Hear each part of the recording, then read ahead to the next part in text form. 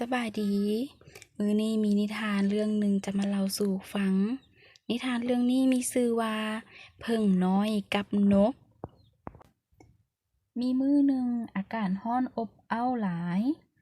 ผึ้งน้อยหิวน้ำแห้งก็เลย บินไปส่องหาน้ำกินพอดีไปเจอลำธารแห่งหนึ่งผึ้งน้อยด้วยความหิวน้ำแห้งมันก็ฟ้าวเข้าไปเนาะเฮ็ดให้มันพลัดตกลงไปในน้ำ มันพยายามแล้วแหละมันก็ขึ้นมาบ่ได้ย้อนว่าน้ำมันไหลแรง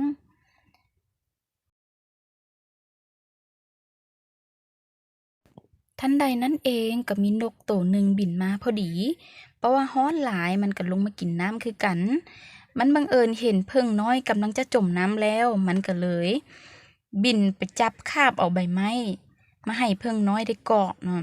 ย้อนความใจดีของนกผึ้งน้อยจึงรอดตายผึ้งน้อยซาบซึ้งในบุญคุณที่ว่านกได้ช่วยชีวิตเพิ่นไว้และคิดในเสมอว่าจะหาทางตอบแทนให้ได้ หลายมื้อต่อมา ในขณะที่ผึ้งน้อยกำลังส่องหาน้ำหวานกินอยู่นั้น มันเหลียวเห็นนายพรานผู้หนึ่งกำลังจับปืนเยืองไปทางต้นไม้ใหญ่ มันนำไปเบิง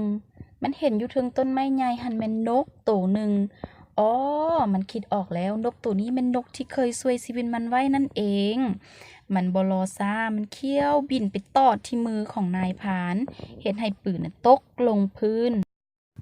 ด้วยความช่วยเหลือของผึ้งน้อยเฮ็ดให้นกรอดตายในเทื่อนั้น นับแต่นั้นมา นกและผึ้งน้อยก็กลายเป็นหมู่เพื่อนที่สนิทสนมและฮักแพงกันช่วยเหลือซึ่งกันและกันตลอดมา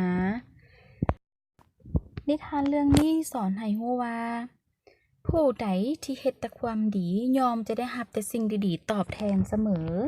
ดังนกที่เคยช่วยเหลือผึ้งน้อยโดยที่ยังบ่รู้จักกัน แล้วสุดท้ายก็ได้รับสิ่งดีๆตอบแทนจากผึ้งน้อยแบบนี้เนาะ